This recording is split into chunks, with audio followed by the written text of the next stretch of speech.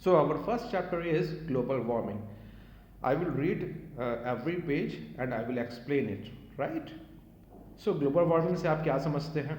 पहले ये इस वीडियो को पॉज करके एक बार सोचिए, ठीक है? चलिए अभी स्टार्ट करते हैं. Do you know some people in cold regions grow their garden in a greenhouse? A greenhouse is a building made mostly of glass. It is a property of glass that lets the heat of the sun to pass through it, but it doesn't allow the trapped heat to escape. The glass roof and the glass walls throw back the heat given off by the heated soil and the plants. Thus, they keep the inside of the greenhouse warm even over several sunless days. That is why many people in cold countries grow their gardens in a greenhouse. The warm atmosphere inside the greenhouse makes the germination of seeds and the growth of plants faster.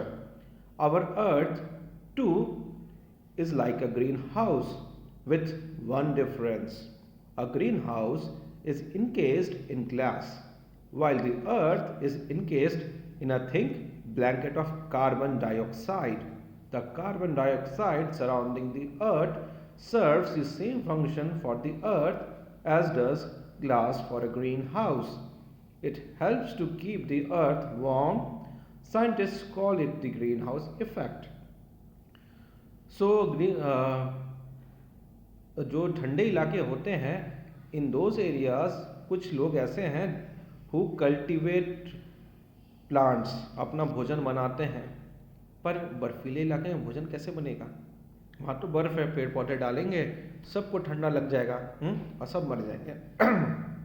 हम लोग का क्या, हम लोग तो घर बना के रहते हैं. आज के समय में हॉट एसी भी है, हीटर है, ब्लोअर है. अब तो इग्लू की भी ज़रूरत नहीं है. पहले इग्लू बनाते थे लोग, राइट? सो आखिर वो खेती करते कैसे हैं? इस पिक्चर को ध्यान से देखिए. जो बीच में पिक्चर है, एक घर जैसे शेप का है और इसमें शीशे लगे हुए हैं. इसमें दिख नहीं रहा है, लेकिन इसमें शीशे लगे हुए हैं और इस शीशे के अंदर बहुत सारे रंग बिरंगे पेड़ पौधे उगे हुए हैं. और आसपास के इलाके को थोड़ा पीछे बैकग्राउंड में जाएंगे तो पता लगेगा कि यह तो ठंडा इलाका है, थोड़ा बहुत बर्फ पेड़ों पे गिरा हुआ दिखाई पड़ता है. यहाँ पे अगर हम लोग भोजन बनाना चाहें बाहर में तो बन नहीं पाएगा, लेकिन इसके अंदर मतलब प्लांट्स खेती करना चाहे तो वो पॉसिबल नहीं होगा, लेकिन इसके अंदर यह पॉसिबल है. आखिर इस ग्लास के घर में ऐसा क्या जादू है कि इसमें इसमें जो है पेड़ पौधे आसानी से उगाए जा सकते हैं. ये बेसिकली अगर हम लोग ध्यान से देखें तो ये एक शीशे के अंदर एक जादू है, राइट? इस शीशे की खासियत यह है कि इस शीशे से जो रोशनी अंदर जाती है, ठीक है, उसके अंदर हीट होता है, चली तो जाती है लेकिन बाहर नहीं आ पाती है.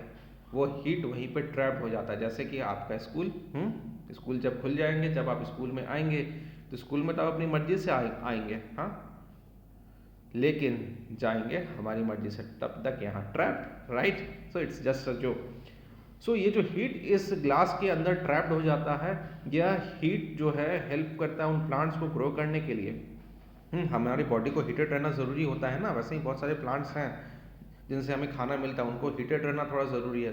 अगर वो ज़्यादा ठंडे हो गए तो वो मर जाएंगे.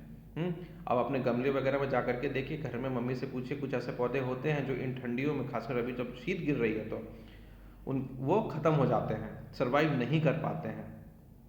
सो जो ग्लास रूफ है और ग्लास वॉल्स हैं, ये मदद करते हैं हीट को बनाए रखने में. इससे क्या होता है, सॉइल उसका हीटेड रहता है, ठीक है. तो this is called green house and इस प्रोसेस को कहते हैं ग्रीन हाउस वार्मिंग. कई दिनों तक यहाँ पे सूरज की रोशनी नहीं आती है, फिर भी ये जो ग्लास का जो ये घर है, ये उन्हें हीट प्रोवाइड करता है, ये उन्हें मदद करता है सर्वाइव करने के लिए. यही कारण है कि बहुत सारे लोग कोल्ड कंट्रीज़ में अपने गार्डन को ग्रीन हाउस में रखते हैं. जैसे इसने अपने गार्डन को ग्रीन हाउस में रखा है. वार्म एटमॉस्फेयर इनसाइड जो है जर्मिनेशन में मदद करता है, ग्रोथ में मदद करता है. क्या आपको पता है कि हमारे अर्थ के चारों तरफ भी इस तरीके का एक चादर सा लिपटा हुआ है? शीशा तो नहीं है वो, पर वो इस शीशे से कम नहीं है। हमारा अर्थ का एटमॉस्फेयर कुछ इस तरीके का है कि इसके अंदर यदि सूरज की रोशनी आ गई, उसके अंदर जो हीट होता है तो हीट ट्रैप्ड हो जाता है, यह बाहर नहीं निकल पाता है। वो यह कैसे पॉसिबल है? हमारे एटमॉस्फेयर में कार्बन डाइऑक्साइड है। ऐसे इस बुक में एग्जाम्पल सिर्फ कार्बन डाइऑक्साइड का दिया हुआ है, लेकिन कार्बन डाइऑक्साइड एकमात्र ऐसा नहीं है जो कि हीट को ट्रैप्ड रखता है। बहुत सारे ग्रीन हाउस गैसेज हैं, मीथेन है, देन आर्गन है, और भी बहुत सारे गैसेज हैं जो ग्रीन हाउस इफेक्ट पैदा करते हैं। यानी कि ये एक तरीके का परत बना लेते हैं और इसके अंदर जैसे ही सूरज की रोशनी आई, रेज आई, उसके अंदर जो हीट होता है, रोशनी के जाने के बावजूद भी जो हीट होता है वह बरकरार रहता है, और इसी की वजह से हमारी धरती गर्म रहती है। लेकिन आज के समय में ग्रीन हाउस गैसेस का इमिशन काफ़ी ज़्यादा बढ़ गया है, उसकी वजह से ग्लोबल वार्मिंग हो रहा है। इसी चीज़ को हम लोग डिटेल में पढ़ने वाले हैं। This is the effect due to which the sun rays, the heat gets trapped in the earth's atmosphere is called greenhouse effect। ये जो इफेक्ट जो हम लोग जिसके बारे में भी पढ़ा, this is called green house effect. चलिए next. The amount of carbon dioxide in the air is about 0.3%, yet all plant and animal life depends on it. The percentage of carbon dioxide in the air is kept almost constant by a series of natural processes. We call it the carbon cycle. Science में आपने पढ़ा होगा carbon cycle के बारे में. You must be knowing. You can see the picture also. A significant property of carbon dioxide is that, like glass, it allows more heat to pass into the Earth's atmosphere than that allowed to pass out. If the amount of carbon dioxide in the air were to double, the temperature of the Earth would rise by 3 degrees Celsius. The polar ice caps would start melting and the level of sea would rise. Many islands would then disappear under the surface of water. If the amount of carbon dioxide in the air dropped, the temperature of the Earth would fall and the ice caps would expand. The level of water in our seas, rivers and wells would go down. Consequently, there would be a great shortage of water. Thus, it is very important that the balance of carbon dioxide in the atmosphere is not disturbed. So, carbon dioxide जो हमारे atmosphere में, that is only 0.03%, हाँ, बहुत ही कम है। जबकि हम लोग जानते हैं नाइट्रोजन 70% से ज़्यादा है, ऑक्सीजन 20% से ज़्यादा है। और इसको वैल्यू को कम नहीं समझना है हमें, इसकी वजह से लाइफ डिपेंडेंट है हमारे अर्थ पे। So what we think is oxygen is very important for the survival, but it is not just oxygen. बहुत सारी ऐसी चीज़ें हैं जो कि ज़रूरत होता है सर्वाइवल के लिए। अगर ये 0.3% कार्बन डाइऑक्साइड नहीं होता हमारे एटमॉस्फेयर में तो लाइफ मुश्किल हो जाते हैं। अगर हम इसे बढ़ा दें तो, आखिर आज के समय में तो यही तो हो रहा है, बढ़ रहा है। यदि हम इसे घटा दें तो व्हाट विल हैपन? इसको थोड़ा सा पॉज करें और पहले सोचें कि बढ़ा देने के बाद क्या होगा, फिर उसके बाद सोचें इसको घटा देने के बाद क्या होगा। किस समय में हीट बढ़ जाएगा और किस समय में अर्थ और ठंडा हो जाएगा, और उससे के क्या कॉन्सिक्वेंसेस हैं। पॉज करें और सोचें। चलिए आगे बढ़ते हैं। कार्बन डाइऑक्साइड की यह बहुत बड़ी प्रॉपर्टी है, ग्लास की तरह ही वो भी अर्थ के एटमॉस्फेयर को हीट रखने में मदद करता है। जो हीट है जो सन से आ रहा होता है उसमें से कुछ हिस्सा तो वापस चला जाता है, लेकिन काफ़ी हिस्सा ये कार्बन डाइऑक्साइड उसको ट्रैप करके रखता है। वैसे कार्बन डाइऑक्साइड के अलावा और भी ग्रीन हाउस गैसेज हैं जो कि यह काम करते हैं, CFC, HFC, मीथेन, राइट, पहले ही बताया है। यदि यह बढ़ जाए, मान लीजिए डबल हो जाए, तो तुरंत हमारा अर्थ का जो एटमॉस्फेयर है वो 3 डिग्री सेल्सियस बढ़ जाएगा। इस बुक के बियॉन्ड एक बात मैं बताना चाहता हूँ कि carbon dioxide level, not carbon dioxide but green house gases, बहुत सारे ग्रीन हाउस गैसेस हैं, उनका लेवल जो है is rising. As a result ये माना जा रहा है कि यदि इसे कंट्रोल नहीं किया गया तो हमारा टेम्परेचर 2 डिग्री से अधिक बढ़ जाएगा 2050 तक, और ये स्थिति काफ़ी खतरनाक होगी। जो भी आइस कैप्स वगैरह है वो गल जाएंगे, आइलैंड्स वगैरह डूबने लगेंगे। हाँ, हमारा जो भारत है इसके जो कोस्टल इलाके हैं वो डूब जाएंगे, और जो हमारा हिमालय है वो बिल्कुल खाली हो जाएगा। There will be no glacier in the Himalaya and Ganga नदी फिर सूखने लगेगी। फिर हमारा प्लेन इलाका में भी पानी की किल्लत हो जाएगी। It means just because of the global warming you are going to face difficulty in coastal areas first and latter in plain areas also because of the lack of water। perennial water जो है हमारा पहाड़ों से ही गंगा नदी, गंगा, यमुना ये सब निकलती है। और यदि बढ़ जाए तो यदि कार्बन डाइऑक्साइड घट जाए तब क्या होगा? तब पोलर आइस कैप्स और मोटे हो जाएंगे। अभी ठंडी दिख रही है ना कितनी पड़ रही है, यहाँ पे बर्फबारी हर साल दिखने लगेगी। घर से निकलना मुश्किल हो जाएगा। इमेजिन करें आंधी आ गई है जिसमें कि बर्फ भी है, बर्फबारी हो रही है, आंधी चल रही है, कितना खतरनाक मौसम होगा। सो इसका ज़रूरत से ज़्यादा बढ़ना, इसका ज़रूरत से ज़्यादा घटना, दोनों ही नुकसानदेह हैं। Right, so we need to maintain a balance. और कार्बन साइकिल आपने साइंस वगैरह में पढ़ा होगा, नाइट्रोजन साइकिल पढ़ा है, वाटर साइकिल पढ़ा है, वैसे ही कार्बन साइकिल भी होता है। इसका एक सिंपल है जो इस पिक्चर्स के थ्रू हम लोग समझते हैं। यहाँ पर देख रहे हैं एक साइड दिख रहे हैं कि आग लगा हुआ है और दूसरी तरफ देख रहे हैं कि बहुत सारे मवेशी है, जानवर है और आदमी है। ये आग जो है वो भी कार्बन डाइऑक्साइड निकलता है। हम लोग जो भी सांस ले रहे हैं और छोड़ रहे हैं, छोड़ते समय भी हम लोग कार्बन डाइऑक्साइड ज़्यादा निकालते हैं।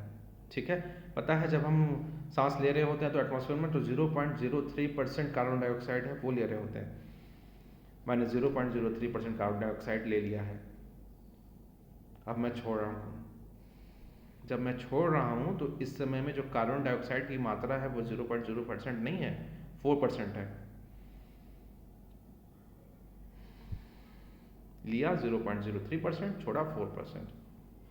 ठीक है, सो हम लोग कार्बन डाइऑक्साइड ज़्यादा छोड़ते हैं तो फिर 4% कार्बन डाइऑक्साइड जो हम लोग छोड़ रहे हैं इसको 0.03% के लेवल पे कौन ला रहा है? This is being done by our plants.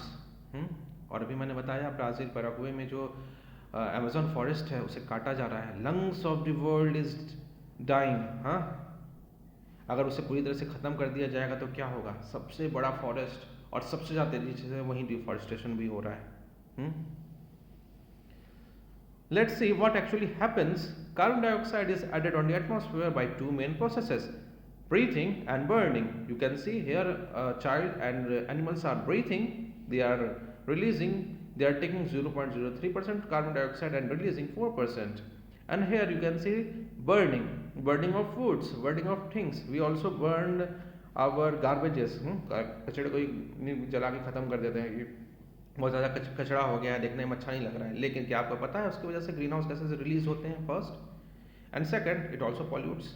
जानलेवा खतरनाक बीमारी हो सकती है यदि प्लास्टिक को आग लगा के वहीं पे सांस लेने लगे, बहुत खतरनाक बीमारियां भी हो सकती हैं। All living things breathe out carbon dioxide into the atmosphere, as I already told you. The air breathed in contains only 0.03% carbon dioxide, already discussed, whereas the air breathed out contains 4.4%. I have already discussed it also.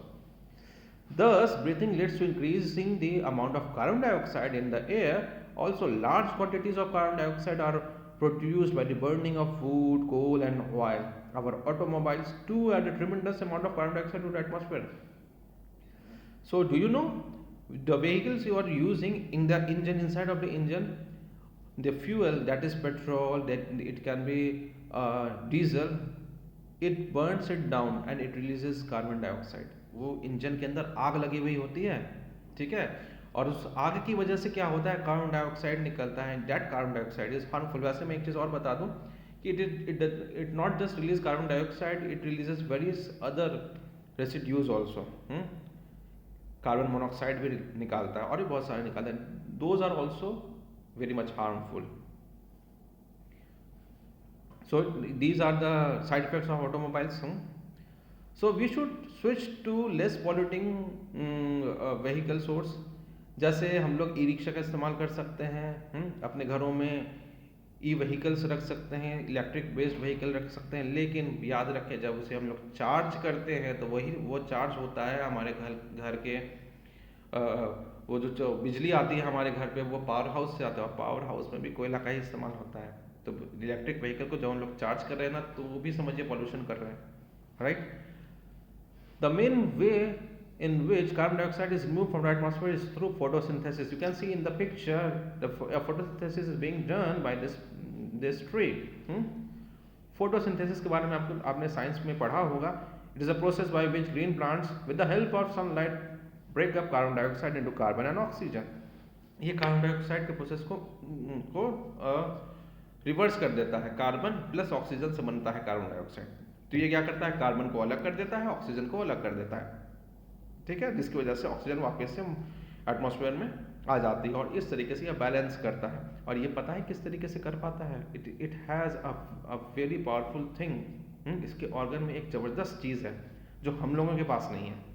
अगर हम लोगों के पास भी होती वो चीज़ ना, तो हम लोग ना सिर्फ अपना खाना खुद बना रहे होते बल्कि एटमॉस्फेयर को हम लोग भी बैलेंस कर रहे होते.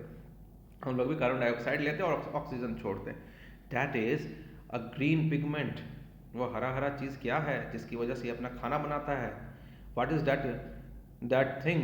That is chlorophyll. You know, I know most of you know about this. Carbon is retained by the plants as their food. वो कार्बन को फूड के रूप में इस्तेमाल कर लेते हैं और ऑक्सीजन को छोड़ देते हैं. फिर इस प्रोसेस को फिर से समझते हैं. कार्बन डाइऑक्साइड होता है और सनलाइट होती है. सनलाइट के प्रेजेंस में ये क्या करता है, कार्बन डाइऑक्साइड को जो है तोड़ देता है कार्बन और ऑक्सीजन में, और कार्बन को ये कंज्यूम कर लेता है, अंदर ही रिलीज होने नहीं देता है. खाना उससे बनाता है और ऑक्सीजन को रिलीज कर देता है. और ये साइंस में आपने डिटेल्स में पढ़ा होगा कि किस तरीके से ये कार्बोहाइड्रेट में इसको बदलता है. Right. So all animals depend directly और indirectly on plants for their food. यही कारण है कि सारे एनिमल्स जो डायरेक्टली इनडायरेक्टली प्लांट्स पे डिपेंडेंट है. शेर भी प्लांट पे डिपेंडेंट है. शेर बोले कि मैं तो घास फूस नहीं खाता, मैं तो जानवर खाऊंगा, मैं तो जानवरों से खाता हूँ. पेड़ पौधे रहे ना रहे मुझे क्या फ़र्क पड़ता है. फ़र्क पड़ता है. अगर पेड़ पौधे नहीं रहेंगे तो वो जानवर जो उस पर डिपेंडेंट है वो नहीं रहेंगे, और वो नहीं रहेंगे तो आप नहीं रहेंगे. Right. And all plants in turn depend on carbon dioxide breathed out by animals. और plants बोले कि तुम लोग तो मेरे को नोच नोच के खाते हो. भगवान से अगर वो प्रे करने लगे कि हे भगवान इन जानवरों को, इन इंसानों को इस धरती से हटा दो, तो क्या होगा, वो रह पाएंगे? They require carbon dioxide for their survival. उनको भी तो कार्बन डाइऑक्साइड चाहिए. So that carbon dioxide is being given by us, bye humans, by animals, by birds. So हर किसी को ज़रूरत है एक दूसरे की. प्लांट्स को हमारी ज़रूरत है और हमें प्लांट्स की ज़रूरत है. But now too many of the world's forest have been cut down. हमें यह पता है. We don't have enough plants to treat the carbon dioxide that is being constantly added to the atmosphere.